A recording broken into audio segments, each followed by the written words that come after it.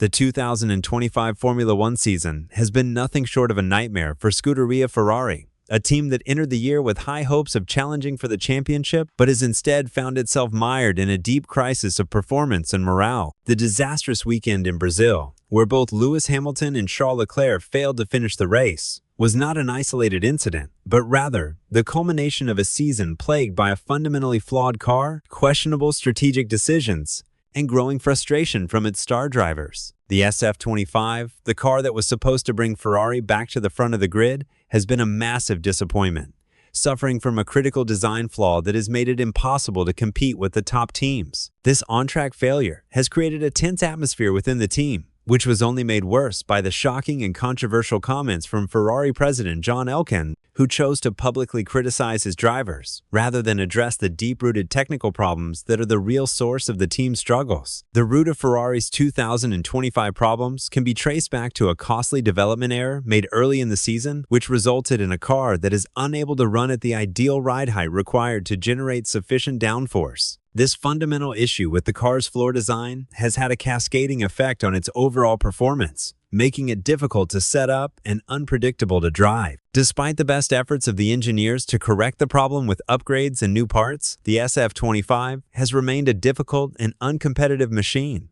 a reality that has been painfully obvious to anyone watching the races. The team eventually made the difficult decision to halt development on the 2025 car altogether, freezing the aerodynamic package and shifting all of its resources to the 2026 project, a move that essentially wrote off the rest of this season and left the drivers to struggle with a car that was not being improved. For Lewis Hamilton, the 2025 season has been a particularly bitter pill to swallow. The seven-time world champion joined Ferrari with the expectation of fighting for his 8th title, but instead he has found himself trapped in what he has described as a nightmare situation. With only 148 points to his name, this has been one of the worst seasons of his illustrious career, not because of any decline in his driving ability, but because of the severe limitations of the car he has been given. Hamilton has been trying to bring his championship-winning experience from Mercedes to help improve Ferrari's processes and methodology, but the team has been slow to adapt. The constant struggle with an uncompetitive car has clearly taken a psychological toll. His frustration is understandable. He is a driver who is used to fighting for wins and championships, not for minor points in the midfield. Charles Leclerc, on the other hand,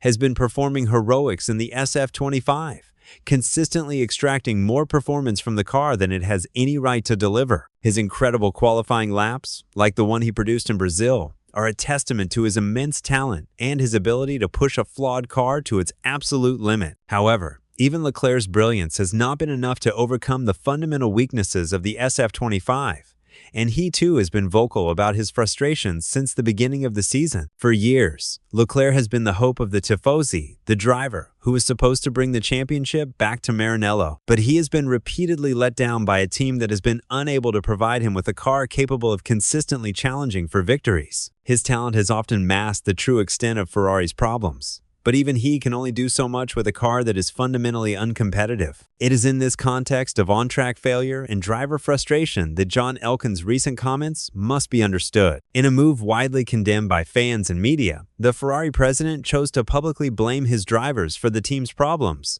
telling them to focus on driving and talk less. He praised the mechanics and engineers, despite the fact that they are the ones who designed and built the flawed SF25 and defended team principal, Frédéric Vasseur, who has been unable to turn the team's fortunes around. Elkann's comments have been described as shocking, tone-deaf, and completely disconnected from the reality of the situation. To criticize two of the best drivers in the world for speaking honestly about the team's struggles while ignoring the deep-seated technical issues that are the real cause of the crisis is a move that risks completely demoralizing a team already at a low ebb. Ferrari has not won a championship in almost 2 decades, a shocking statistic for a team of its history and resources. The problems at Maranello are deep-rooted and systemic, and they will not be solved by telling the drivers to stay quiet.